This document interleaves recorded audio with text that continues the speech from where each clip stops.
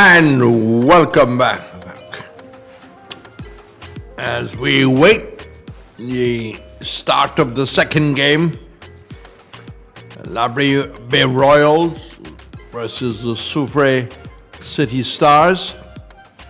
We'll be lining up the toss in just a moment. Greg, how do you see this battle going? Well, it should be a very interesting battle, Reds, because the winner takes it all. The loser goes home. So everything to play for. Yes, and who's the betting favorite? Soufriere? In recent times, traditionally, we want to say that Soufriere has the upper hand, but it could go anyway. You know, leadership in any competition is important. They seem to have a good lead in Mesman. Yes, Mesman have done well with the bat, but he needs to come good with the ball today. Okay, I think conditions are right. I think we got the toss lined up. Who won the toss, we do not know. So let's get the information viewers. as we Welcome join to the second coin game in toss. the Dream 11 T10 Blast at the Darren Sammy Stadium. The second game is between Laborie and Soufriere. We have our captains with us, Alvin Edwards from Laborie and Shani Mesman from Soufriere. Soufriere will be the one tossing the coin. Soufriere. Tails, so Laborie has one toss. What's your decision? Batting first. And why do you want to bat first? Well, yesterday we batted first and we had a good total on the board. So today was the same thing today. That's why today we bat first. What kind of total do you have in mind? We're looking to 100. I think that's 100 so that we can defend. This is your last chance to get into the big game. Talk to us about how your team has prepared for this and the mental state getting into this. Well, we are prepared. We want to say more than hard, just work hard. So today, hopefully, we'll give 100%. The last chance. Hopefully, we'll 100%. The boys ready to fight. And we look forward to you getting a big score as well. Yes. All right, Arwen, thanks. Good luck. Thank you. All right. Shani, this is another moment you're getting to get into the games as continues from tomorrow. On your way driving up, what were you telling the guys? I mean, on the way driving up, we were just chatting away in the group chat, trying to figure out what's our score, what's our plan for the day. Although we did that before we left here yesterday, but we were just ensuring that everybody had that mindset to move into today's game. And what are the lessons you learned from the past couple of matches you've had? I mean, most importantly for us right now is just to bowl tight and restrict them under less than 60 runs, and then we could back ourselves to go and chase that. Because yesterday we didn't do too well in the first 4 overs of our batting innings. So if we up that today and bowl good, we will be in a good spot to win. I was about to ask you how critical is it to have the bowling on point? I mean, it's very critical. I mean, the bowlers back themselves because actually we wanted to bowl first, although we lost the toss, but we got to bowl first. So I think it's in our favor because we wanted to bowl first. So we just have to go out and execute and restrict them under 60 runs. And you have a heavy load yourself, both as batting and bowling? Yeah, definitely. I mean, I'm an experienced player in the camp, so I need to step up and make sure I put out a good game today for the team. Good luck. And make sure we come out victorious. Good luck and all the best. All right, thanks. Cheers. So it's going to be Prospere to start, and that's a good lifting delivery for first up. Made a little bit of height, he hammered it into the turf, but they're still able to push forward there. St. Rose and got a very quick single. So the left-handed George, who's had some big blows in his competition, about to take strike. I think he's very key to the batting. Yes, he needs to come good if they are to post a well competitive total. Yes, and he must understand his role. He must understand his role. Look, you're key to the batting, so bat deep into the overs as he runs that down to third man. Just coming forward and reminding me of a former Windward player, Lance John, as he played that shot, being a lefty himself. So we've got 2 balls, we've got 2 runs. Sun out in all its glory as Prosper going back to his mark. St. Rose with a deep gully almost coming forward in that occasion. Track still looks very good, both for batting and bowling. It hasn't gone dead, it's not keeping low. Yes, still looks a good track. There's still a bit of grass on the wicket. So certainly that would help to bind the track. Turns in the distance, comes off a straight busting run, and that's again a run down to third man. Beats, I wouldn't call it a fly slip, but he's almost a short third man position. The strike is rotated once more. So what you expect Ken Crafton will provide tomorrow? The strip in the middle? Well, there are 2 strips that have been prepared. We played on one for the last 3 days. There's a possibility we may go to the other one tomorrow. Delivery short and making good height. Batsman trying to clip it down towards backward point. So more or less we can expect a new strip tomorrow. Well, hopefully. Well, not that this one is playing low. One of the problems of the CPL and St. Kitts is 1 ground to play 33 matches. 2 grounds did that last time CPL played in Trinidad, and that's hitting across the line. It didn't really time it, and the ball takes the inner part of the bat and goes down towards the third man. So the first over is completed, and after the first over, Laborie Royals not really getting up to the average they want. They are 3 without loss. Yes, Captain Mesman would be pleased with the opening over. Yesterday, he had a nightmare of an over. And with just 3 on the board, they would be satisfied with the sort of start. But St. Rose and George certainly needs to keep an eye on the rate. And as Captain Owen did indicate, they were looking for a score of possibly 100. And if they are to get to the 100 runs, they need to step up the rate. Yes, I did get an email asking what are the protocols. Well, I can't say what are the protocols for the players, but for the broadcast fraternity, a temperature check is done. You have to report to the nurse, and you have also to be sanitized, and you basically got to observe all the other protocols in here. Mesman goes in, and that came back a bit. Good sharp delivery. Tall man. A little bit of movement in. Yes, a bit of inward movement there. First ball there by Mesman. Well, in the toss interview, he did say that he's got to step up. And trying to step up with the ball here as he goes in.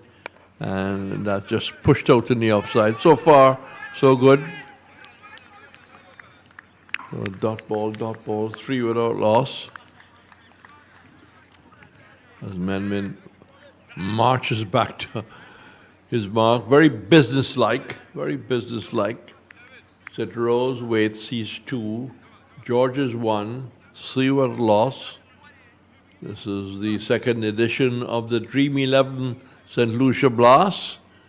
St. Vincent keeping their fingers crossed that the volcano behaves itself and things come back to normal. They might be staging their own. That's short of study officer looking to clip it. Made a little bit of height there, Greg, and it choked him. Yes, good bounce, good carry there by Mesman. Mesman seemed to be bowling a more disciplined line and length, Reds. Yes, probably has really asked himself to come good, maybe concentrating a lot more. I mean, batsmen concentrate, bowlers also concentrate. And each ball is virtually sacred. Mesbin bowls, and that's it hard. It's traveling so quickly. A run out, it was maybe a direct hit. Difficult to judge from here because we're not square on. But in the meantime, it's gone for 4 without loss. How much concentrating did you do when you were in the middle? Well, Red, you have to concentrate on every delivery because any lapse in concentration can very much result in your dismissal. And I love batting for long innings, so yeah, I did a fair bit of concentration. But you concentrate less when you're non-striker, just to, and not to get too tight. Yeah, but you still have to be aware of what's happening. We are aware of Mesbin, who's almost there, and that's hiked away. Will this drop and stop? Yes, it's a golf shot. When you tee off, and high return, which is knocked down by the keeper. So 6 without loss. It's amazing, and different grounds that will bounce and go away, but this is not that kind of ground. It's sand base. Maybe at Kensington that would have kicked on. Not too sure about Providence. As Mesbin goes in, and that's hiked away. Well, this one will carry right over the boundary, so that didn't have to kick on anywhere. A good hit in the arc, and again he's demonstrating that he's got the power as he raced to 9 in the total, 12 without loss, and we have had, 2 overs bowled. Yes, good end to the over there for the Laborie Bay Royals and George in particular, because it was only 3 runs they had gotten from. Hi, I'm Tedison John of the Tedison John Project. Even when we're not rehearsing, we stay connected. Flow makes it easy with Flow bundle plans. My mobile phone, internet broadband to download and send files, my home office fixed line. All the services I need in one place. And guess what? The more services you use, the less you pay. Yep, get more and pay less. Guys, you can't go wrong on this one. Bundle today.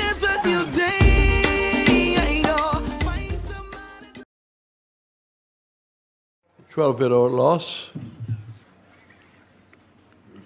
And I think we have a bowling change from the far end. T10. Tisson, almost there, outside the off stump, almost brushing the edge. So, a dot ball. Keeper applauding. Can the Royals upset the Soufriere Superstars? As Tissa goes back to his mark. Be a big boost for the Royals if they can get in. As delivery a little wider.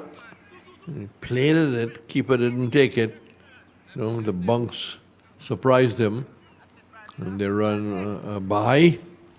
All adds up, 12 without loss. 12 without loss. Field changing over. Little quick word between the 2 strikers. When I first started watching the colonial cricket, batsmen hardly met mid-pitch.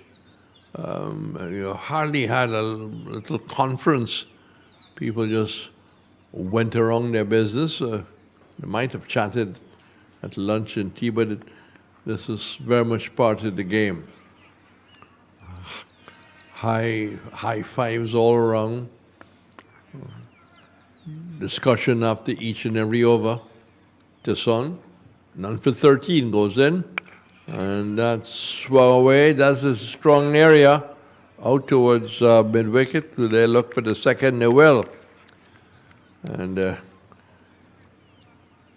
50 without loss. Greg, if you're a bowler, how do you contain that left-hander who is so strong on the onside? I certainly have to bowl an off-stump line and sort of back up a length. Yeah. You've seen enough of him. Stisson.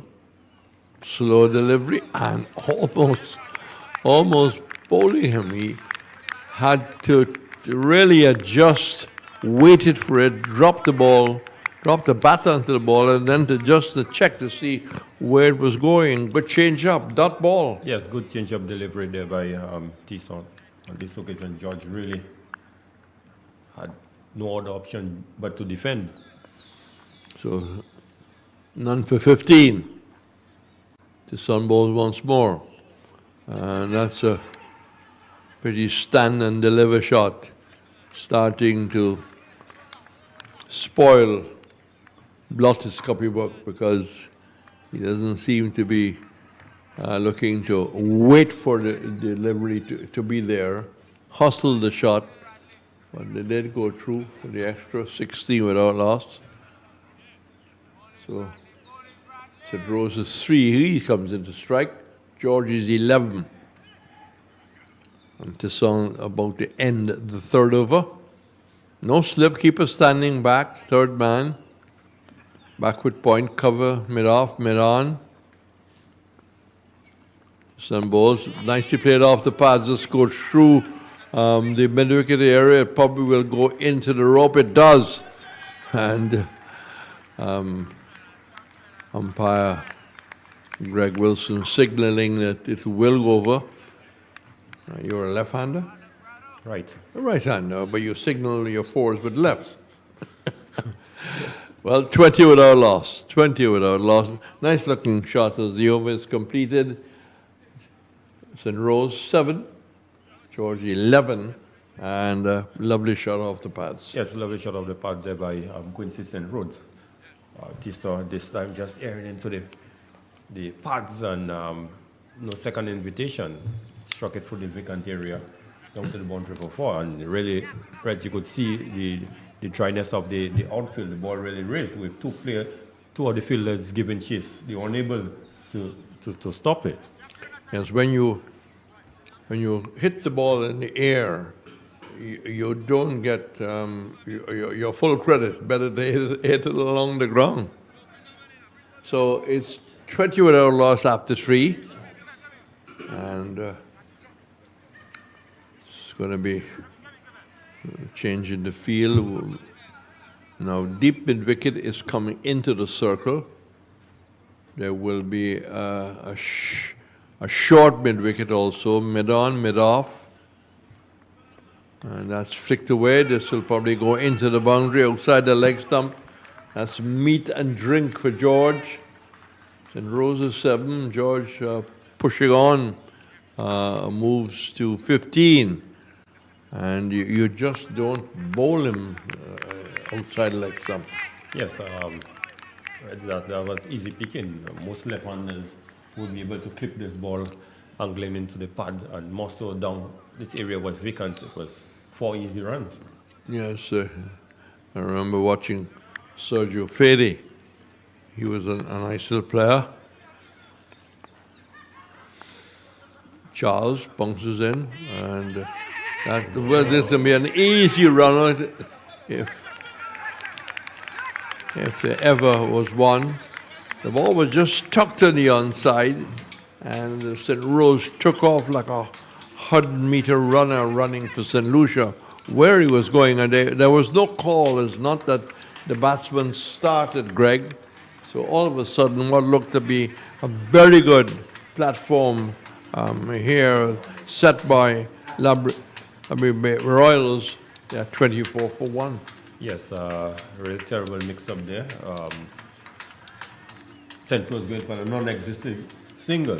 Ball was struck in the short mid-wicket area by George, and St. Rose just took off. And by the time the batsman St. Rose declined for the run, he was stranded basically mid-pitch, and Gassi just quietly ran up to the stump and dislodged the bail. So a very unfortunate dismissal there for the Laborie Royals. And they started so well. I mean, 24 without loss was looking so good.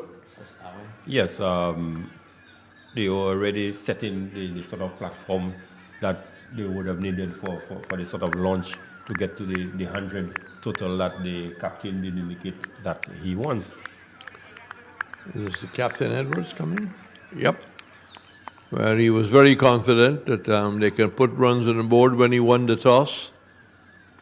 This goes in, and that seemed to have jumped in him. Had to maybe just ease the bottom hand a bit. So 1 for 24. We're halfway through the fourth over. Charles none for 4, and Tisson none for 6. George is 6, and Edwards has just come in, the non-striker. And looking to use his feet. I think the bowler saw him coming, and but he didn't control enough. A wide signal, trying to maybe upset the bowler slightly, upset his length, upset his concentration as George uses feet. Let's see if he will stay in target. Slightly choked, but still the balance there. Chance for well, this is an X-ray in the making. It was definitely a simple single, but instead of just tossing the ball to the bowler, a tremendous return to the non-striker's end that allowed a second run. George 17, 4-out cricket. Yes, Reds. The throw perhaps should have been a better throw to the bowler. The Son in, and that's a wayward delivery. And for a wayward delivery, you get a wide call. We can't quite decide to bowl outside off stump, as Greg was saying. Just back of a length, outside off stump, forcing to play through the offside. 1 for 28.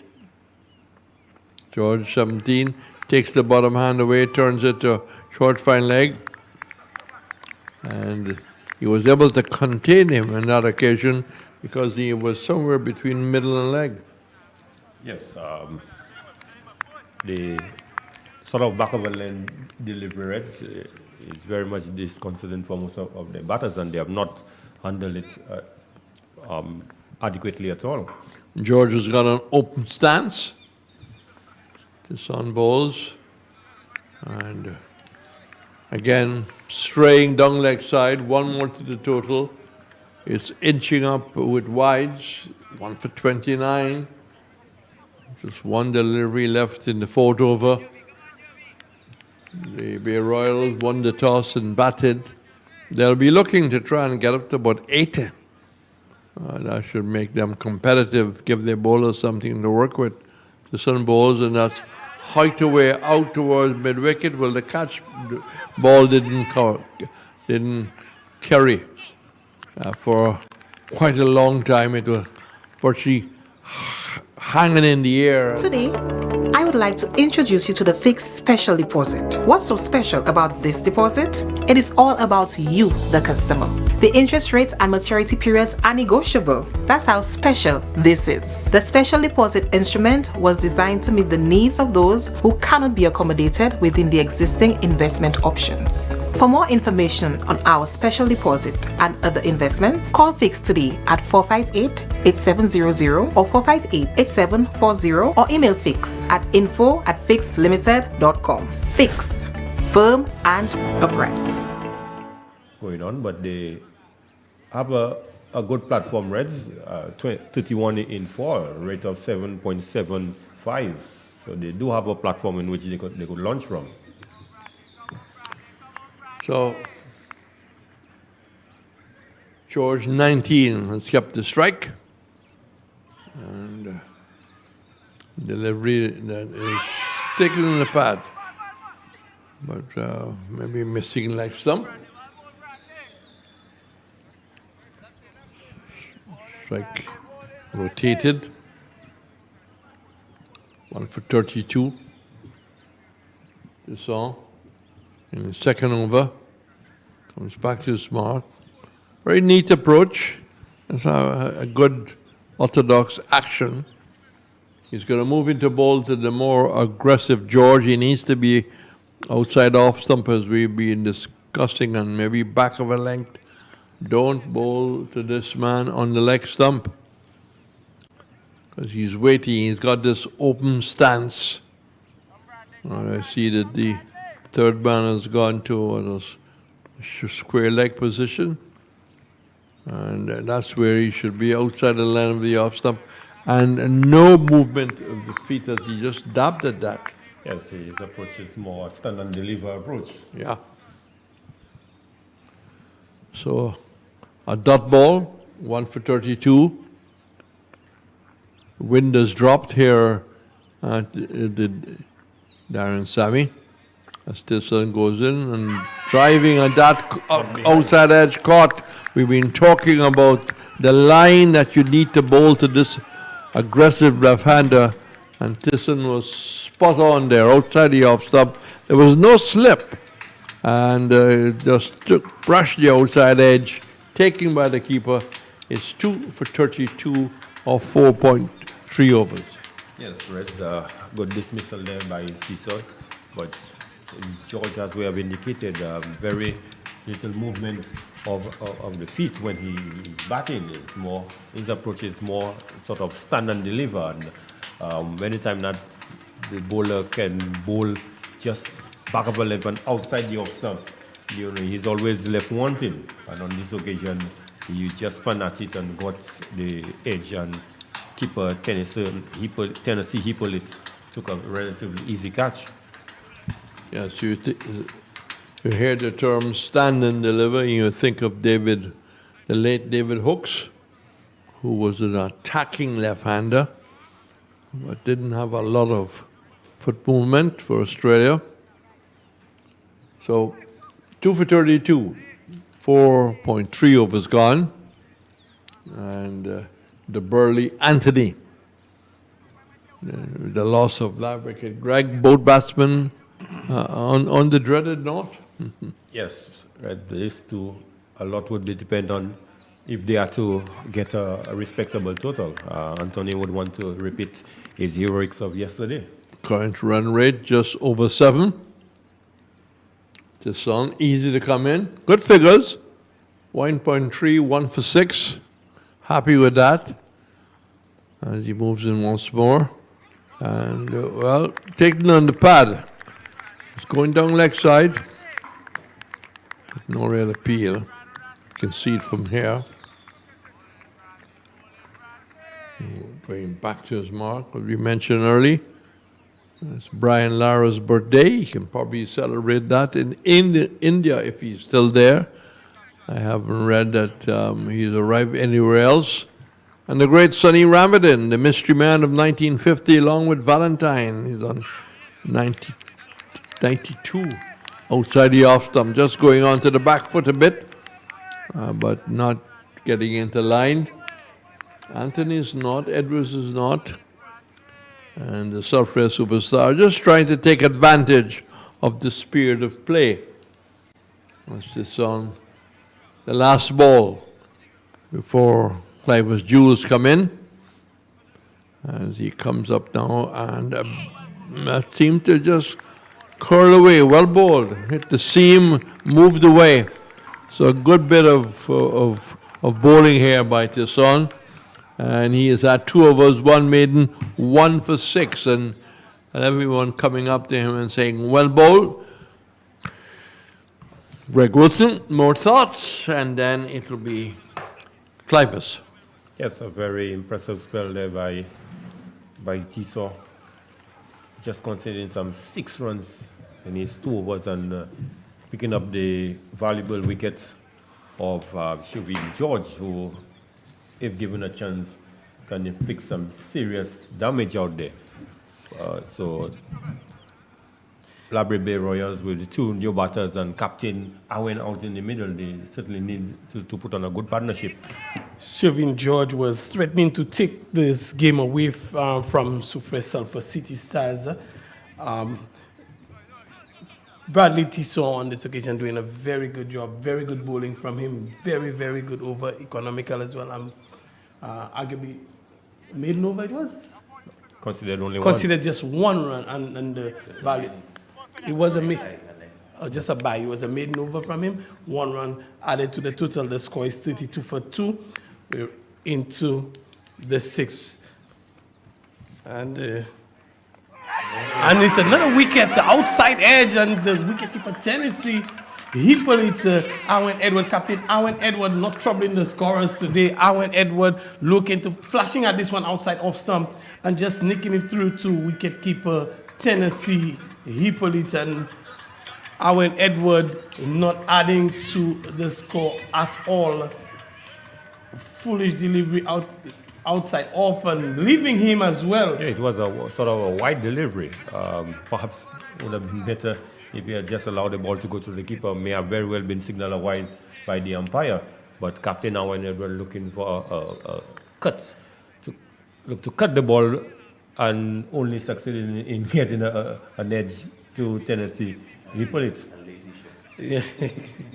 Owen Edward was just looking to run this one, I suspect, and on this occasion he would have been better served leaving this one alone, because it was a very wideish delivery and was going away from him as well. And you could see the excitement from Captain Tennessee Hippolyte once he got the edge, and that went to glove and stuck.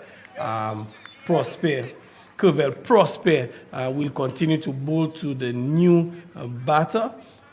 Pamphil.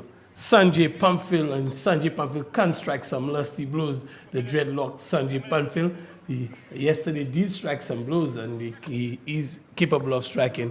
But let's see how he fares. And another wideish delivery, and he's driving into the coverage, and this one is going to challenge the boundary. The fielder comes around, sweeper comes around, they come through for 1-2.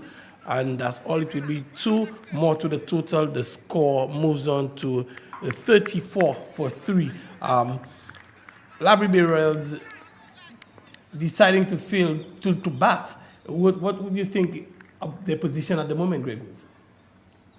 A full one, and Sanjay Pamphil giving it the treatment, not timing it properly, and the long on fielder comes around, Bradley Tissot, and takes it on the bounce, and 1 more run to the total. Pamphil looking to go over the top on this occasion. Yes, full delivery there, but Pamphil really did not give it the treatment that it deserved. Only got 1 run from the shot. And Prosper really... We have an invasion of bees. An invasion of bees around the wicket, causing the umpire, the bowler, the batter to... That's over? That was over and done with. That's from St. Vincent. Those bees are coming from St. Vincent, I'm told. But an invasion of bees, they said the temporary interruption in the play as a Prosper gets set to bowl again. This time to Anthony Denley. Anthony, a delivery that is outside off, and Denley. Anthony looking to work this one into the third man area, but not making any contact. And Tennessee Hippolyte, the wicketkeeper, making a good take behind the stumps. And Prosper is getting set. The score remains on 35 for 3. Prosper getting set. Shot outside off. And Denley Anthony cutting this one, but straight to point. A wayward return. A fantastic collect from the wicketkeeper from this wayward return. Denley Anthony, an inch or 2 on either side of the field, and he would have gotten some runs for this. A very good, well-timed shot as well. Yes, but he sort of picked the fielder. Prosper into Anthony, and this one is full, and Anthony drives down to long on and finds the Tissot. They come through for 1. The score moves on to 36.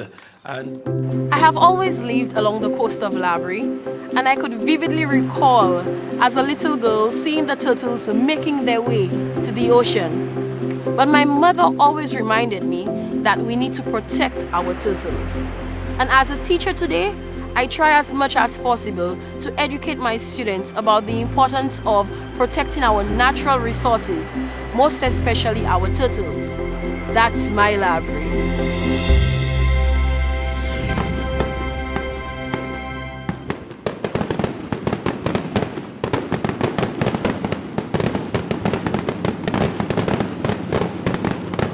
Within their lineup, as they've shown before, yesterday getting to the highest score of the tournament for so far. They have the firepower within their lineup to take them pretty close to that, but they're falling behind at the moment. And if they need to get anywhere close, they will have to really get a move on with it. Yes, a lot would depend on perhaps Anthony, who is at the wicket presently. Remember yesterday, Anthony and Quincy St. Rose, they provided 50-plus run partnership. So they were the mainstay of the batting yesterday. So if they are to get anywhere close to what they got yesterday, a lot would be dependent on these two out in the middle, and especially Anthony was proven that he could be a clean hitter of the ball. Definitely, Anthony timed it very well yesterday, and today he that shot of the last ball of the previous over, he showed that he has the timing. Anthony has the ability, and yesterday himself and St. Rose put on a 50-plus partnership to really push the score beyond the 100 for the team. So if they are to get anywhere near their target of 100 today, Anthony would have to come to the party yet again. Yes, he would have to play a pivotal role. It will be Emmanuel, Zeistas Emmanuel to continue from the players' pavilion end, and Anthony is going over extra inside out. And the sweeper comes around, they come for one. Anthony is pushing for the second, and he does so very comfortably, gets 2 runs, moving the score by 2 to 38, 38 for 3. Anthony playing this one inside out into the cover region, and the fielder coming around looks like Prosper to do the fielding. It's Emmanuel into Anthony again, and inside out Anthony. This time he peels off the outer part of the bat, and the fielder coming around to the backward point region and making a good take and back into the wicket keeper Hippolyte, not before Anthony comes through for his second. 2 twos. Emmanuel into Anthony. He's driving into direction of a long offer. The feeling is not clean, but it only results in 1 run. Anthony giving the charge now to Emmanuel, but it brings the Pumpfield on strike to Emmanuel for the first time. Yes, Pumpfield needs to get going as well. Pumpfield is driving a chance of run out. They look to get Anthony. They know the danger man Anthony. They went in the direction of the wicketkeeper where Anthony was running to, and they know he's the danger man. Really, if he stays there, they know Anthony can take this game away from Soufriere Sulphur City Stars very, very quickly, and that's why they were looking to get that ball in the direction of Anthony. But of course, all's well that ends well. Anthony was home safe. The throw was a wayward one as well. And Emmanuel, some adjustments being made. Anthony's adjusting his gloves. Emmanuel's at the top of his mark from the players' pavilion end, over the wicket and bowls to Anthony. And Anthony is driving powerfully, but mid-off, long off will come around. He does this mopping up, not very cleanly, but can't restrict Anthony to just a single. Anthony comes through for 2. A good over for Anthony. He's taken some 8 coming off the over, and this time around Anthony is driving again in the same direction, long off. 1 bounce to him, and Anthony comes through for 1. The score moves on by 1 to 45 for 3 after 7 overs. 45 for 3 after 7, and Anthony is batting on 9 from 11 deliveries, and Pumpfield is on 4 from 3 deliveries. 45 for 3 after 7 overs. Yes, still not the sort of scores that they would want to be at, but with these 2 at the wicket and the way Anthony looks like he's striking the ball, he just needs perhaps 1 or 2 big overs, and certainly they would be in a position to have a very competitive score. Anything about 85, 90 Clippers, I think, can be a competitive score, considering the sort of bowling lineup that Laborie possesses. For sure, and Anthony will definitely look to inject some life into that scoring rate of 6.43 at the moment. Anthony will surely look to push through, and this time he's getting under this one, and he's getting it high and handsome. This one is going into the Johnson Charles stand for 6. Anthony, we know of his power, and this time he shows it, hitting over cow corner, and 6 to the total, Anthony. Yes, Anthony beautifully struck 6 there, hitting with the wind. The bowler Prosper perhaps would be advised to bowl wider outside the Austin. He's bowling a little too close to the arc where Anthony could really free his arms. And with that, 650 comes up for Laborie Bay Royals, and this time Anthony is getting one bouncing and over the head of the keeper. Wide delivery bouncing over the top of Anthony as well as the keeper, and goes into the boundary for 4 wides. This is extras hurting the Sulphur City Stars. Yes, on this occasion, poor bowling there by Prosper, having been struck for 6 in the previous deliveries, just decided he's going to fire one shot, and I guess he did not indicate that to his keeper. Before Tennessee reacted, the ball had already gone past him and down to the boundary for 4. So 5 additional runs there, certainly 5 valuable runs as well. And of course, an injection in the scoring rate. It has moved to 7.81, and Anthony is driving towards a long on. Fielder comes off the boundary, T10, restricting them to 1. The score moves on by 1 to 57 for 3. Anthony moves on to 16. Anthony is on 16 from 13 balls with 1 6.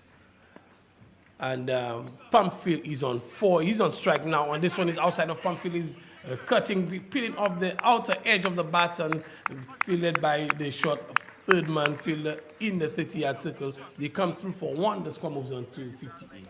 Yes, well, one would say good single there by Pumpfield to bring Anthony back on strike. He's the one really striking the ball.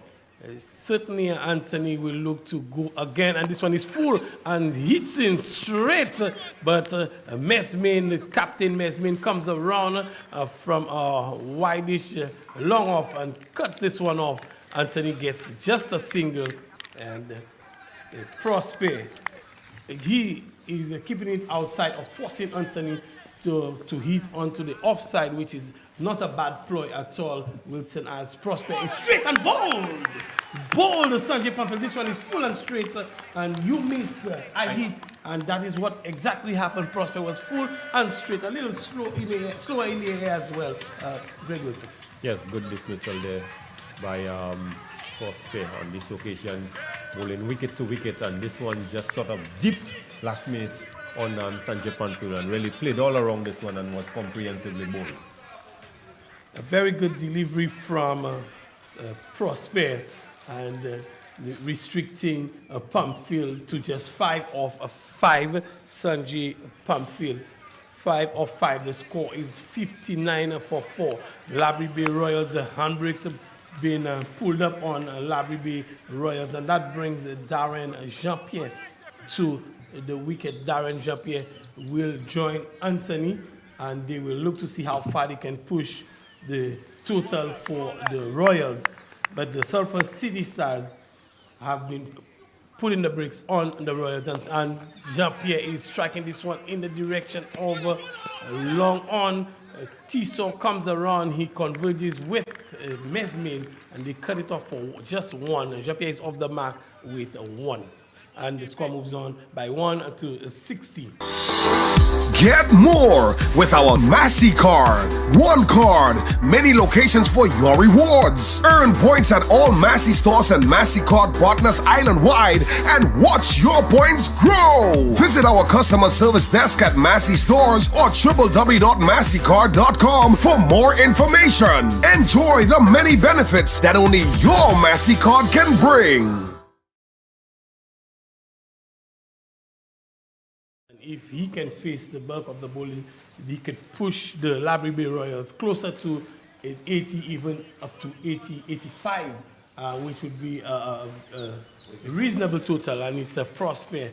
When Prosper will continue from the Players Pavilion ends over the wickets and into Jean-Pierre. Jean-Pierre swinging a miss at delivery that is back of a length and just beating him as he's looking to play this one into the offside. Yes, if Prospect could just bowl that sort of line and length at Jean-Pierre, certainly there's not too much he could do about it. Prosper will try to restrict Jean-Pierre, at least keep him on strike, because he would not want to see Anthony again well up to him, and Jean-Pierre is driving into the offside in the direction of a long off and just coming through for a single, moving the score by 1 to 64. Jean-Pierre has moved to 2, and Anthony is back on strike on 17 from 14 balls, hitting a huge 6. Anthony will really want to push through to get his team closer to the 80 mark. Prosper into Anthony, giving him the charge, but that's the length again, that back of a length, the shot is delivery, and Anthony, he was giving him the charge, but the bowler saw him coming and dug it in short, and Anthony was unable to negotiate this one, going right through to the wicket keeper. Good length from, good bowling from Prosper. Yes, good pace as well. The ball really went through to wicketkeeper Tennessee Bullet. Prosper again into Anthony. Anthony is looking to give him the charge again. Anthony is moving around, all around the crease and looking to give Prosper the charge. But this is turning out to be a very, very good over from Wayne Prosper. A single coming off it, and he's just that sort of length, that nagging length, and Anthony is unable to even make any contact with the ball. Yes, he's bowling the right length and also is a good bit of pace as well. Again into Anthony, and this time he skies this one, fielder converts under it, and he takes it. A nice catch. The pace, the bounce, it had Anthony struggling from the time he came on strike, and Anthony unable to dispatch it. 61 for 4. Sylvester, Julian Sylvester, taking a pretty comfortable catch in the short fine leg area. Yes, good smart bowling there by Wayne Prosper. Knowing that the strength of Anthony, he has not really brought up anything where Anthony could throw the kitchen sink at it. It was more or less back of a length and short, and Anthony really did not have control over that pull shot, and the ball just got a top edge and a well-judged catch there by Julian Sylvester. Certainly, and Anthony was looking, the bowler kept digging it short, and Anthony would have been advised to put on some kind of headgear with that pace and the bounce that was coming through there. And this one just got a bit big on him, and he was unable to execute properly, and Prosper is coming in. And this same kind of shortish of length, and the batsman is looking to break into the onside, but does not make clean contact. And Jean-Pierre, it is, can't get this one off, and that the over comes to an end at the end of the 9th over.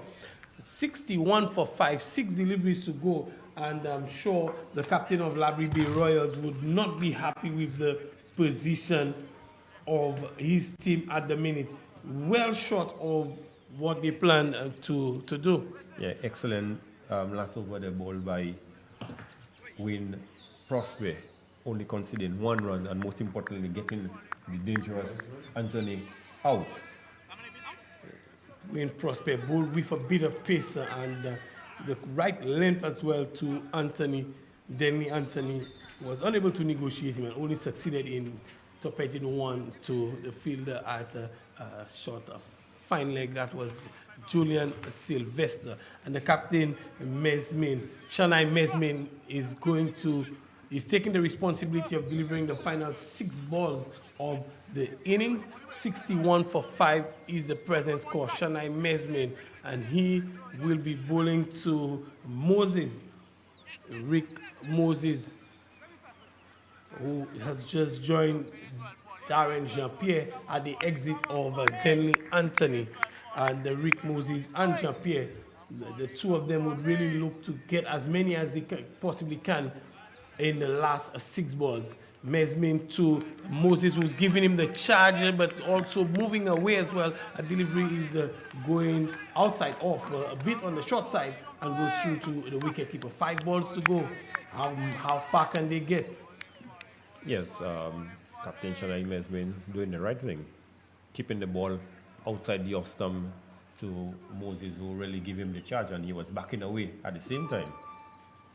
Rick Moses would be ill-advised to give the charge. He's not even wearing protective headgear. And this time, he skies this one. Keeper Tennessee calls for it. There's also another fielder calling for it, a short footman fielder, and he takes it. And Rick Moses goes without troubling anybody. He does not trouble the scorers. He does not trouble the bowler either. And Rick Moses goes the 6th wicket. Look like Ashley Hippolyte. Ashley Hippolyte took the catch. And the 6th wicket goes 61 for 6. And Laborie Bay Royals really losing the plot, Greg Wilson.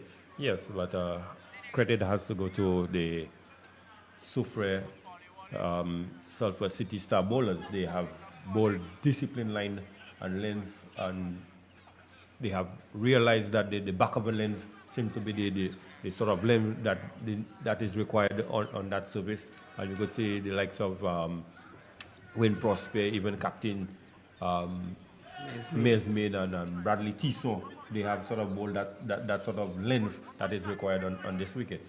Very good reading of the conditions as well from the Soufriere Sulphur City Stars, and they played to their strength. They bowled that nagging length, that really difficult length, and the batters have not been able to get it away. And Michael François comes to join Jean-Pierre, and the score 61 for 6 Mesmin in the last over. This one is in the air as well, and the point fielder comes. It's a 2nd wicket, 2 consecutive wickets. Michael François and Shanai Mesmin is really getting involved in it. It's Jean-Pierre who was caught. They had crossed at the last thing. Jean-Pierre, who was looking to go for that big 6 and not in the direction that he intended, and the point fielder just coming around and taking a very comfortable, simple catch, making the dive was absolutely unnecessary on this occasion. Yes, good bowling there by Captain Shanai Mesmin, and also Cliver's Shanai Mesmin is on a hat-trick. Certainly. Possibility of getting free and free. Shanai Mesmin on a hat-trick, 61 for 2 hat-tricks. We've just been told by Roland Cox that last year there were 2 hat-tricks. Is it the first one? Is this going to be the first of the 2021 Dream 11 T10 St. Lucia Blast? Shanai Mesmin is on a hat-trick, and he's bowling to a batsman who's on not. Laborie Bay Royals 61 for 7, way short of where they wanted to be. Mesmin, the hat-trick delivery, and it's into him. This one is edging and down towards a wide foot man. It beats him into the boundary, and that should be 4. Has he done some damage to himself there? No, he's up, and 4-run signal there. A good over, but a good 4 nonetheless from the batsman. He's putting out off the edge and going towards the boundary. Yes, but better effort was needed there by Wayne Prosper on the footman boundary. But nevertheless, Captain Mesmin would be satisfied with his position they are in at this present time. 65 for 7 Mesmin. Penalty made ball of the innings, and a swing and a miss. The ball goes through the batter and the stump. It goes through to the wicket keeper, and there is an appeal. What a comedy of errors. Nonchalantly, the batsman was out of his ground, and the wicket was broken. A loud appeal, and he's been given out. Yes, as you indicate, a comedy of errors there. That should not have happened. But it just shows that lapse of concentration, and perhaps they may have even, the batsman, it clearly shows that he has no interest in what's really going on there. Lack of awareness on his part as well. He's just out of his grounds, and then the very good awareness on the part of the Soufriere Sulphur City Stars, and getting that ball in and breaking the stumps, and the batsman out of his grounds and being given out, run out. Well, Mesmin did indicate that toss that he wanted to restrict Soufriere for 60, and they are 65, so they perhaps have done 5 better than what Mesmin had predicted. Mesmin and his team really doing a good job, very good awareness, bringing in, putting under pressure and trying to restrict Laborie Bay Royals for as little as possible. Final ball of the innings from Mesmin, and comes on the outside edge and towards the footman. They come for one, they challenge him for the second. Is there going to be a run out?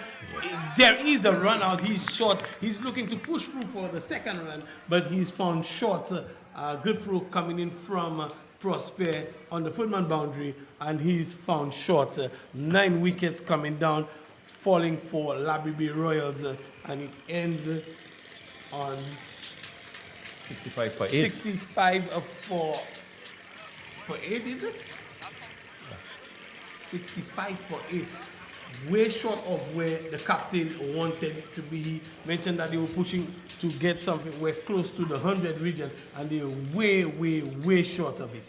I mean, you know, really hurry at the end there, no thinking cap on. And they had a very good chance of maybe getting very close to about 80 if their approach was smarter, better, and then you had the run out just to insult, you know, add insult to injury. Certainly, it was a comedy of errors in the final over. Wickets were falling.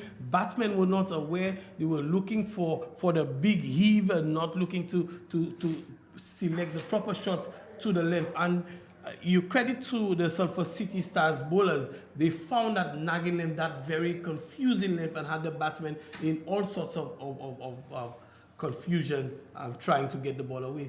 And the catching, those sky balls you talked about, they weren't dropped, they were caught.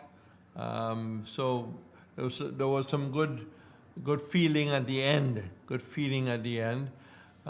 There was, I think, an unnecessary short ball that cleared the head of the keeper.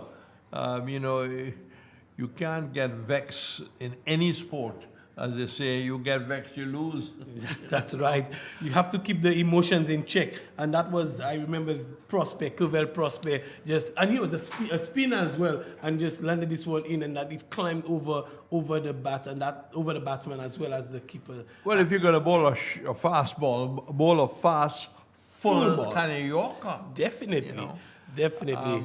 But I think I was amazed that the heavy scoring Royal man was not batting with a helmet.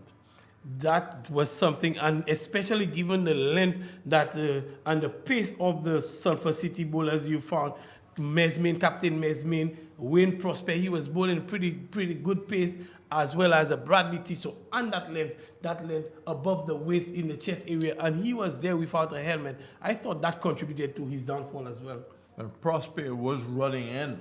He was. You know, 2 overs, I suppose you can give it your go. But I would think that in future he should bat with a helmet. I agree, he should, because particularly if it is available to him, he should definitely make use of that helmet. As we welcome back Greg Wilson. Greg Wilson, 65 for 9 from the Laborie Bay Royals.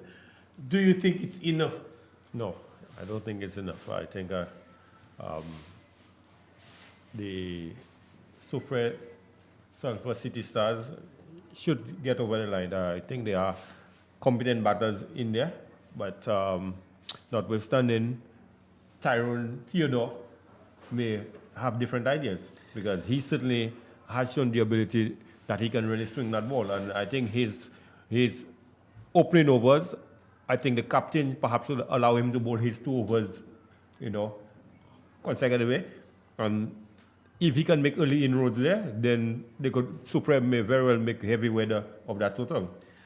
I agree completely. I think Laborie Bay Royals would have to throw that ball, skipper would have to throw that ball to Tyrone Theodore and tell him, let's have a go. There's nothing to hold back. 65 runs on the board. The Laborie Bay Royals with early wickets and just trying to create some pressure can really put Soufriere on the back foot. But as it stands, with the lineup that Soufriere has and the likes of Julian Sylvester, Tennessee Hippolyte, and of course Captain Shanai Mesmin, who has shown that he can clear the boundary by some distance, they should get over the line today. Yes, sensible batting. I mean, 66 of 60 balls, really. It's almost a runner ball you're looking at. So certainly you don't have to go out there with any really too much of an aggressive approach in order to knock off that score.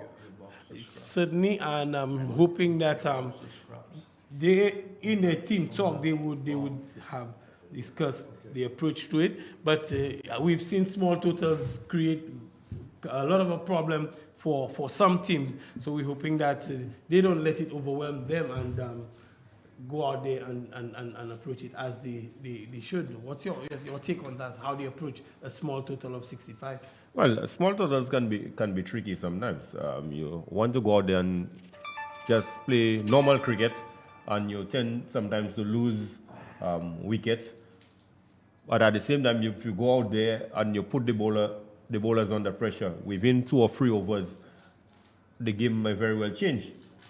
You've mentioned Tyron Theodore for Laborie Bay Royals with the ball. Anybody else we should be looking to or should be concerned? Anybody else the Sulphur City Stars should be concerned about in the bowling department? Well, concerning the sort of back of a length line that is required on that surface, I think Darren Japierre really suits that sort of surface, his style of bowling. But it's a question of whether he can get the sort of control and accuracy that is required of him. And the umpires are coming out now. We'll take some further comments from you, after which we will have Reds Pereira, the voice of Reds Pereira. Yes, well, the Laborie Bay Royals are really up against it with just a small total of 65 scored. Soufriere has all to play for. 66 to win. 67 to win, sorry. So Soufriere, they know clearly what sort of total that is required, right? And they could afford to really pace their innings. Yes, Royals really threw it away at the end. Some really inept batting, no policy at the end, everything going aerial. 60 for 4, ended up at 68. Started so well, and then lost the plot at the end there, Greg. Yes, at the halfway stage Reds, they were 42 for 2. So one would have expected that, yes, they may have lost 2 wickets at the halfway stage, but there was a platform that they could have launched. But the main contributors were in the game yesterday, St. Rose and Anthony. St. Rose really did not contribute much to there was a suicidal run by him. Well, as the old West Indians cricket lovers will say, the runs are on the board. And you got to get them. You got to get them if you want to win. And as we explained, Greg, this is a must-win situation for any one of the teams. Yes, certainly. Loser goes home. So it's going to be the talented left-arm medium-fast to move in, and Theodore. And I really hope that this young man, has a future. I think he has a future. It's just opportunities, so maybe play for St. Lucia, play for the Windwards, and be called up in a camp for the West Indies board as he's outside the off stump and slapped down, cross-batted down towards a mid-off and misses an opportunity there to start to the wicket. It wasn't a good shot. It went straight to the mid-off in the circle. It went very quickly, I must say, but then dropped. So a life straight away, and what a good start it would have been for Theodore. Yes, if Laborie Bay Royals are to win, those opportunities hasn't been taken, Reds. Yes, Theodore, not impressed by that, comes back to his mark. Now, see, there's a change in the field. You see a left-hander now taking strike. And it's going to be Sylvester. Sylvester with the keeper standing back. There is no slip. There is almost a short third man. The cover square is coming in. Long on is out. Mid-wicket is going out by the Dream 11 display. And that's stop edge, and that will go a long way with the wind over extra cover. What a bad delivery by the talented Theodore, bowling it short. And that's meat for drink for a left-hander. And he laid back and hit it with the wind, and it traveled a country mile, as they say. So 6, beautifully hit. Yeah, beautifully struck there by Sylvester, but the strength of Theodore is to get the swing. He needs to bring that ball up. He's going to pitch the ball up, as I said. He's got movement, and this was hit straight. And again, the touch of the agriculture stroke, the bat coming across, and elbow didn't really point to us, but he kept it on the ground, which was the important thing, Greg. And the total goes to 8. Prosper 1, Sylvester 7. Yes, Sylvester is pretty much in the same mode as Chauvin George, the lefty stand and deliver. Prosper waits, delivery which is hammered down and 4. Beating mid-on to his left, hit quite hard. So not the best start he's had in this competition, neither the previous one nor this one for Theodore. Already it's moved to 12 without loss, and Theodore has conceded all 12. Yes, very expensive Reds in his opening over there. Perhaps this is the worst we have seen of him. He's bowled with control. He's bowled his swing as he races in, and that short and pull through mid-wicket. More runs. He's having a nightmare of an over. A nightmare of an over. Rushed to 16 without loss. 16 without loss. And he has conceded all 16. And he walks away with the shoulders droop. You can see a man who has had a turbo of disappointment all over the body language. And very quickly, Soufriere, in reply, have gone for 16 without loss. And we've had only 1 over. Yes, certainly the dream start that Soufriere would have wanted. Both Sylvester and Kiefer Prosper, batting admirably out there. But one has to say, Reds, that Theodore really did not bowl to his strength. Theodore's strength is to swing the ball, and to get swing, you need to pitch up and bring the delivery as far up as possible. And on this occasion, we saw Theodore bowling a number of short pitch deliveries, and they were very much dispatched into the boundary by both batters. If you bowl badly, you will see the result on the scoreboard. Well, let's see the result of this as Francois comes into the attack. He's going to bowl around the wicket in all appearances as he moves into Sylvester, who's on 7. And that's flicked away, and 6.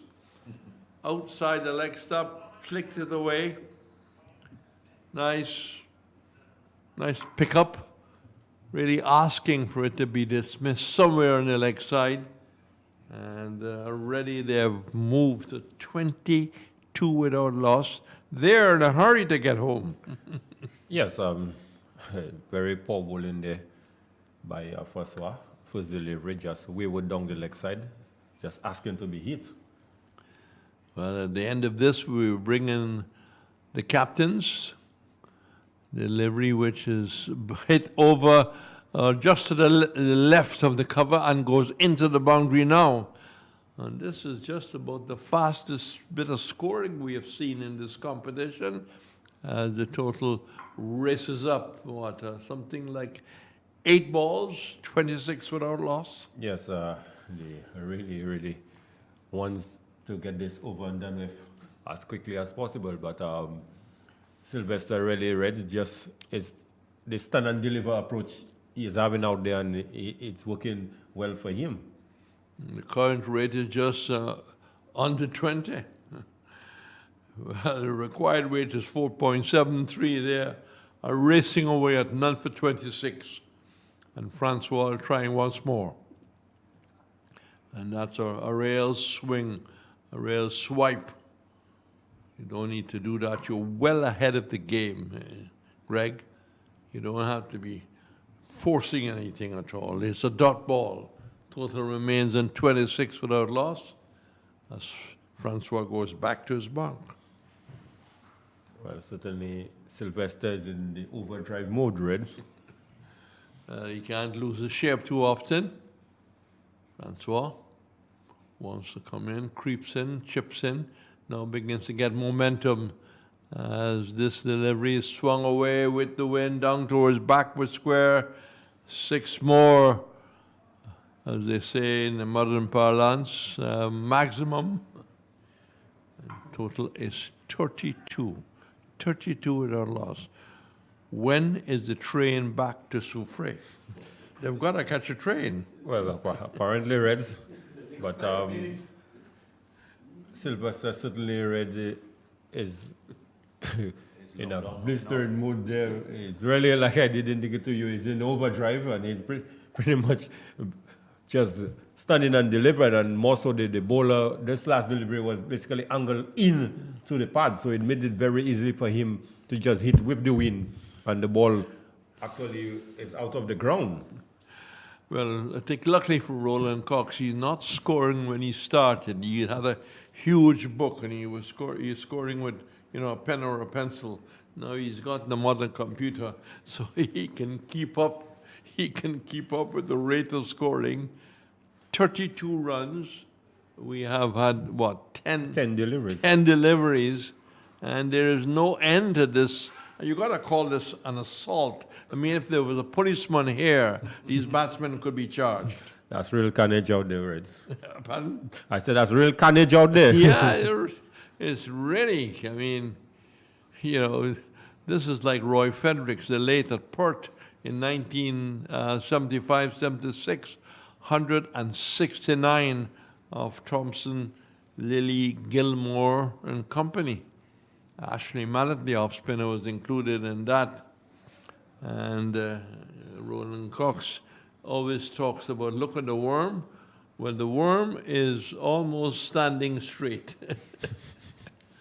Yes. The easiest way to pay your Lucelec bill is online on any of your secure devices.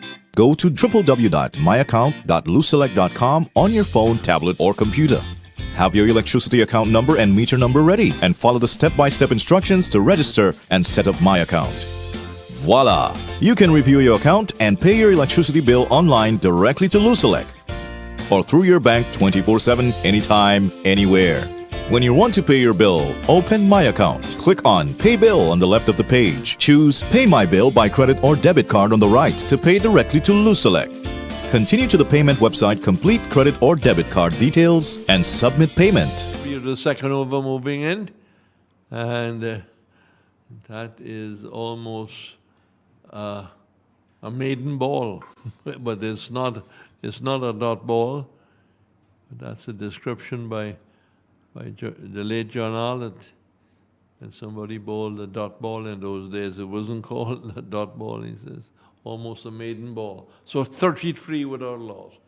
So 1 over to complete the second over with Prosper 9. And Sylvester, who's been the executioner, is on 24. He is the non-striker, giving a chance to take a breath, leaning on the bat. As Francois comes in, and that's whipped away. Well, and who is at mid-wicket? The favorite. Hi, I'm Tedison John of the Tedison John Project. Even when we're not rehearsing, we stay connected. Flow makes it easy. with Flow bundle plans. My mobile phone, internet broadband to download and send files, my home office fixed line. All the services I need in one place. And guess what? The more services you use, the less you pay. Yep, get more and pay less. Guys, you can't go wrong on this one. Bundle today. Free without loss. And what we have, Theodore, none for 16. Francois, none for 17. Yes, right. Certainly, the two opening bowlers were placed under the cosh. Yes. So, Panville, tall, Reggie, bowling, expecting mediums in duckers, and in ducker or no in ducker, that is hit high and dropping just below the Calabash TV microphones and cameras. Clean hit. So the assault continues. And if a police officer came into this ground now, he's got an opportunity to charge both Prosper and Sylvester. 39 without loss, 2.1 overs completed. And yes, Pamphil, despite the onslaught, is eager to run in. He's stopped by the umpire. Gets back to his mark. Sylvester waits as Pamphil comes in. And that's outside the leg stump. I had a wide call. Well, I suppose a wide in this situation is almost accepted by the fielding side. The unfortunate thing, right, is that he has to re-bowl it. Well, it might be a laughing matter here. It's not a laughing matter for the Laborie Bay Royals. Soufriere is advancing towards the main draw. And that's down the leg side, and again called. The competition will continue tomorrow, when a lot of the other teams will come into the group stage. What have we got there, Greg? Who is on tomorrow? You got the press release. Yes, Grosole Swazel and the defending champion South Castries against. Should be a good day. That's outside the leg stump, and it's not an easy catch. It was traveling because he virtually using the pace in the ball as he flicked it away. It would have been a screamer of a catch. I'm not trying to make an excuse for the man who dropped the catch, and in the meantime, the ball goes down to the boundary, 41 for 4. You think I'm being hard on the catcher? He should have taken this, Reds. All right, I'll go with that. He might disagree it was too hard to him. That's hit high in the air. Roach is under. And takes the catch.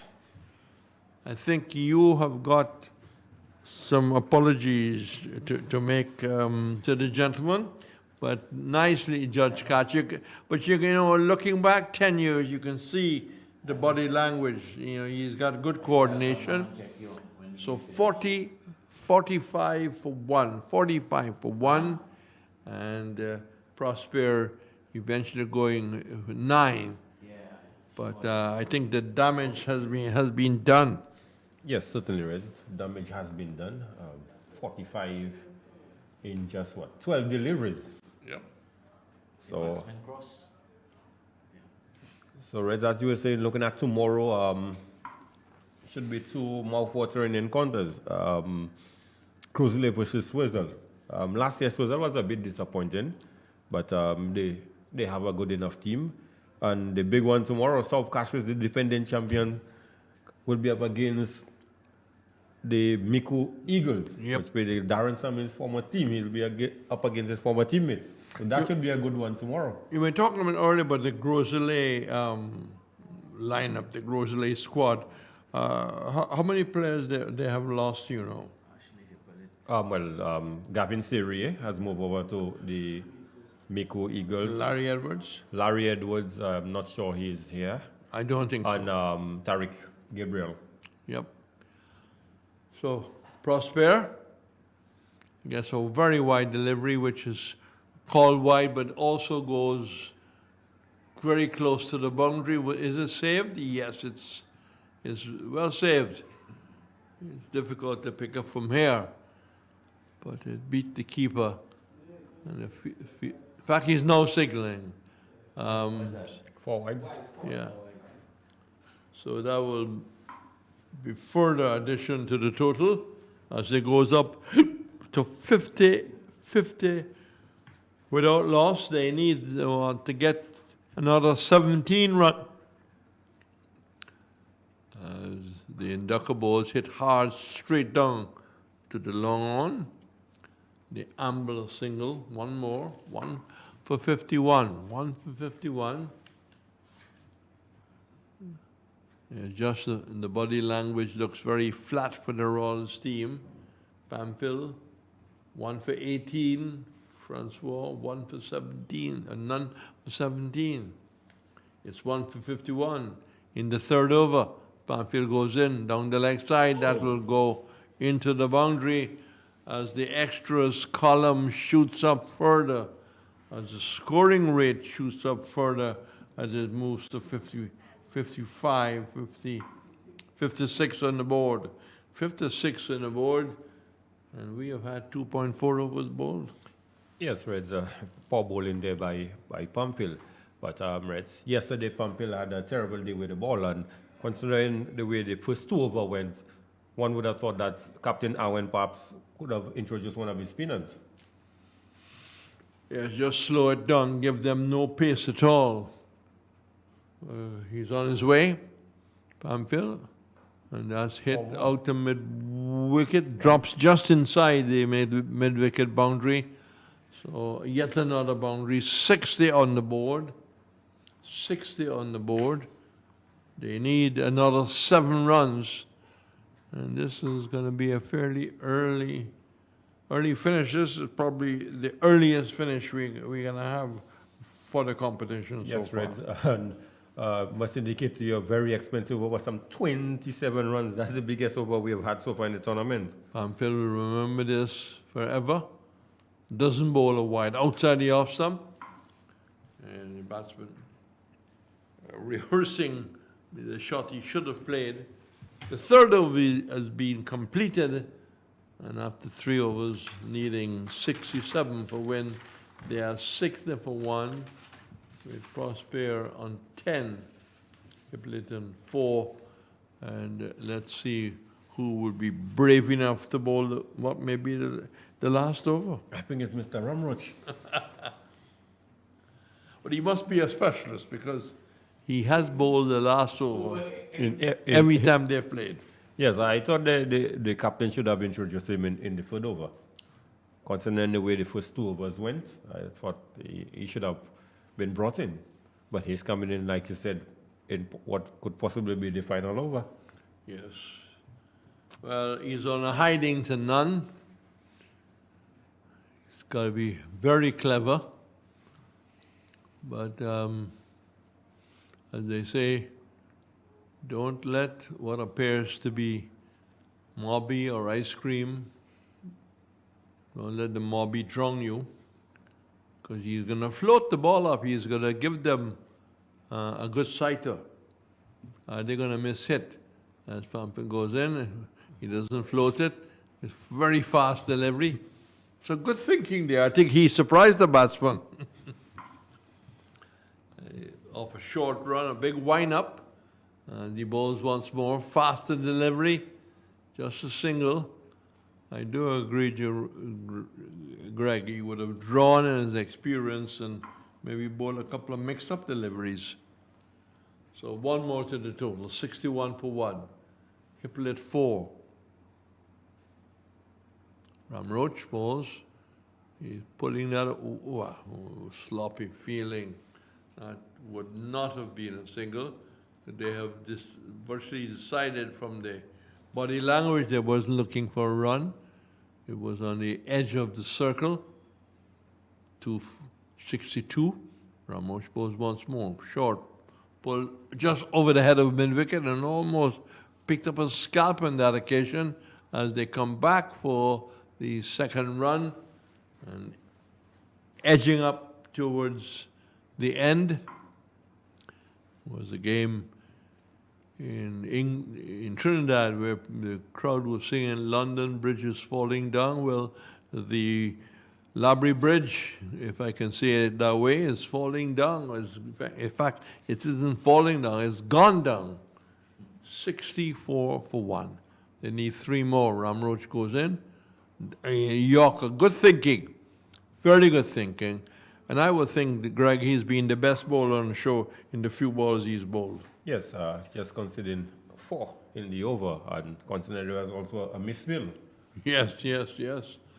So well done. Have you ever wondered how money can work for you? At Fix, we offer several investment options that can do just that. One option is the fixed deposit, which is a short-term investment where funds are deposited for a minimum of 1 year at an attractive rate, better than anywhere else. The fixed deposit is unique and tailored for both individuals and institutional investors, and gives you the option to reinvest for another period after maturity. For more information, call Fix today at 458-8700 or 458-8740, or email Fix at info@fixlimited.com. Fix, firm and upright. Before the competition is finished, I'll bring you some. But then again, you might just tell me somebody else cooked it. Well, now you're telling me in advance. Well, we're having a little bit of fun here. This is almost, but it's good, clean fun. So, what we've got? We've got a long off. We've got a cover right back. That's the 2 men out. And George comes in, and that's a wide. And this may finish eventually with a couple of wides as it moves up to 65 with the board. So 2 needed in very cool conditions. George bowls, and yet another wide. This must be the ploy. Let them win with wides. You can always say we gave away the game. And the final wide, 3 in the over. This appears to be, funny for Mama, but you can only laugh at a little bit. 3 wides to complete the victory for Soufriere Salter City Stars. I don't believe, Greg, in all your lifetime you've seen that before. Not at all, Rez. But interesting, Rez, they won in how many overs? 4 overs flat. They won in 4 overs. They won in 4 overs. But the 5th one was started. Yeah. Well, we must apologize, but we are humans, and it was a very funny picture. And of course, tonight you can see the entire replay on Calabash TV. I think it starts at 8:30, and with some luck, Cliver's Jews will be able to get back in time to watch the replay. And I don't believe that certain teams, Greg, would be inching to turn on at 8:30. No, that's all right. But a good convincing victory there for the Soufriere Salter City Stars. I think they deserve to go into the final, the main stage of the competition. Looking at the 2 teams there, I think they are the better of the 2 teams. And they certainly should go out there and hold their own. Last year, they did not perform well. I think part of the reason would have been that they did not have their playing field. Although they do not have this year, but I think there was more time to prepare. So we're standing by for the after-play interview, and we can confirm that Miku and the Soufriere team has gone into the main draw, but they will not be appearing, of course, tomorrow. We have already given you the games tomorrow. So as soon as the captains are in a position, we can certainly join for the after game interview. I think the first will be the losing captain.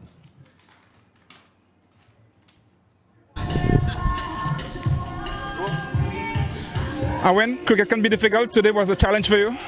Yeah, today was difficult. The challenge for us, our batsmen, just down, so the bowlers, difficult day.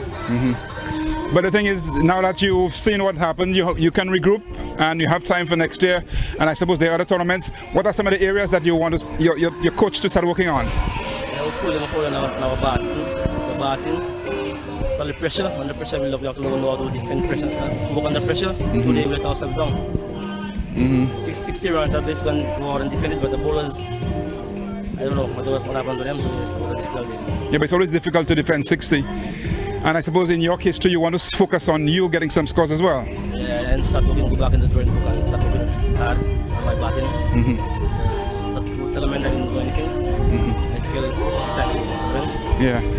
I want to appreciate you being here. All the best for the rest of the year. Well, thank you very much. All right, good. Thanks. Well, it appears, JJ, Julian, that you had fun today. Yeah, What was the pitch easy, or did you make it difficult for the bowlers? I made it difficult for the bowlers. What was your plan when you came to the wicket? My plan was just to finish the game in 5 overs, which we did. Did the score make it easier for you, because it wasn't a really challenging score? Were you able to express yourself a little more after you saw the score that Laborie put up? Yeah, the score was good. And express myself in a way, so I'm interested in it. So you all have made it to the next round, and you know that the competition really starts now. So how are you psyching up yourself for the tougher competitions? Yes, I'm getting myself ready so that I can get the bigger teams on top of the groups. And so I guess confidence is high in the camp right now as you all move into the next round. Yes, right now my confidence is very high. Excellent. JJ, all the best and congratulations. Cheers. Yeah, man.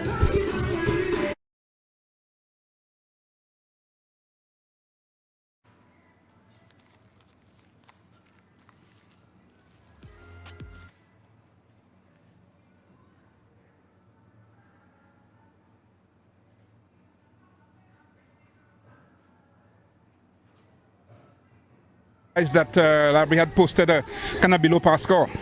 I mean, our aim was to restrict them less than 50 runs. Less than 50? Less than 50, but they got 60 odd runs. But our intention was to go at the bowlers. Once we could put them under pressure from the first over, which we managed to do, we would just take it from there, which we managed to do, and then we ended the game in like 4 overs, which is pretty good. And how would you rate that innings from JJ? I mean, he's been pretty consistent over the years for Soufriere, top class batsman, hard hitter, and he just keeps on scoring runs for us, which is a good thing for us at the top of the innings. You know now that the competition really starts, so talk to us about the approach. I mean, this Friday was practice for us. It was a little bit challenging today, knowing that it's a must-win situation, which we managed to win. So right now the confidence is up high. So we're looking to go out there and play good cricket. Practice for us, obviously. So we have to go out there. We have a feel of the pitch. We have a feel of the atmosphere to go out there and execute in the next round. I guess nobody can really blame the pitch. The pitch is there to give you good cricket, batting or bowling. Definitely. But we have the upper hand, having been played 3 games. So we want to move out and use that to our advantage. What happens now that you've qualified and you're getting into the second round? What do you do next? What do we do next? We go out, we go back in our camp to analyze each team one after the other as we come, get a plan and come to execute it game by game and take it day by day. And obviously today you had an improved bowling performance. You happy with that?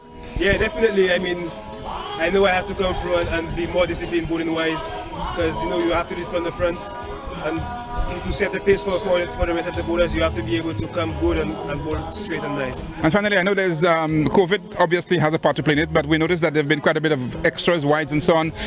What's your advice to cricketers, not just your team, but cricketers as they approach that competition?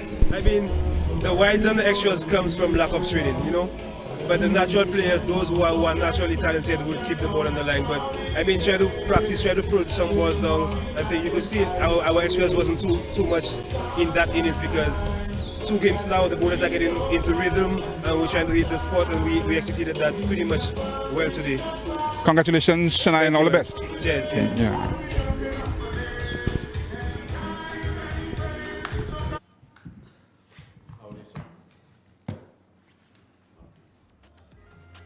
Well, the whole exercise of getting the two teams that will go forward has been completed just a few minutes ago.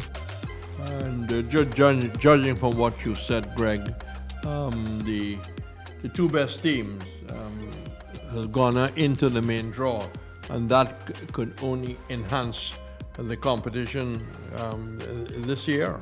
Yes, looking at the 4-team playoffs, I did pick, the Miko Eagles and Soufriere to go through to the main stage of the competition. And as I did indicate early on, the Miko Eagles, Sammy, they will be up tomorrow. The second game, that should be a good gripping contest. Sammy would be up against his former team. And even Swazel's Grocery, that's a very good game.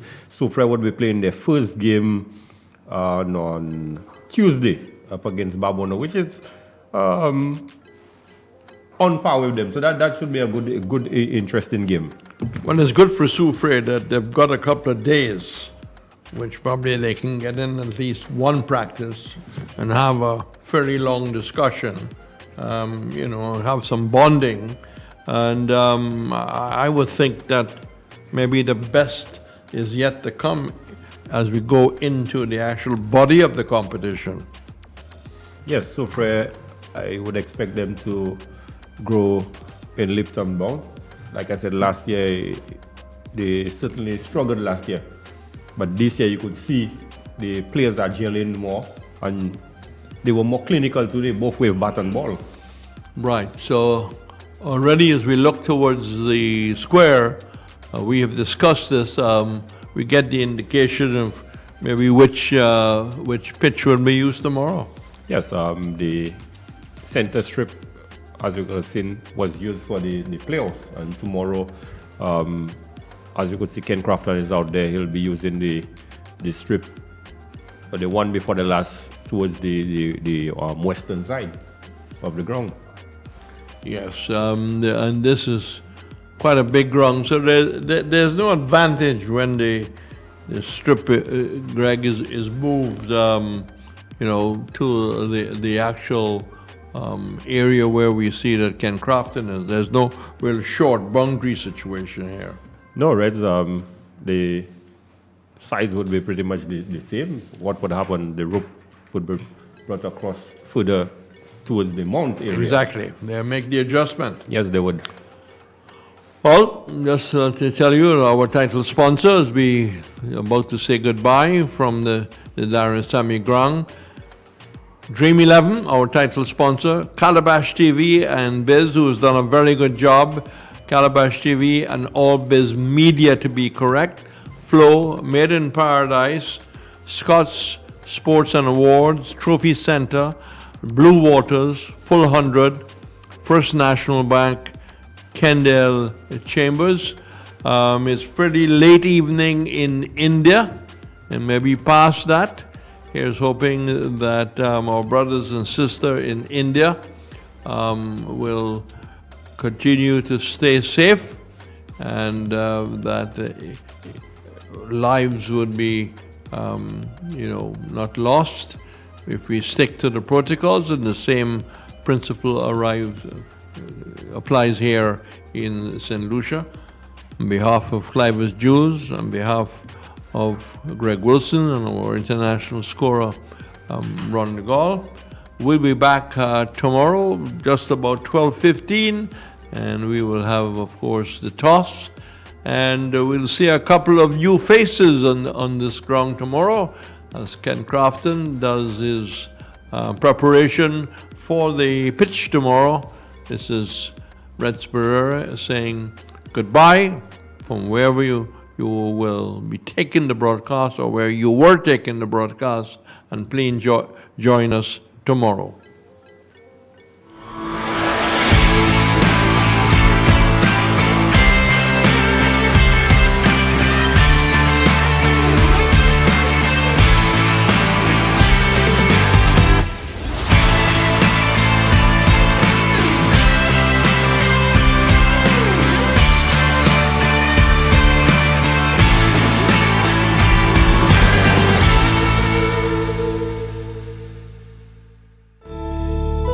born from the same soil, growing strong.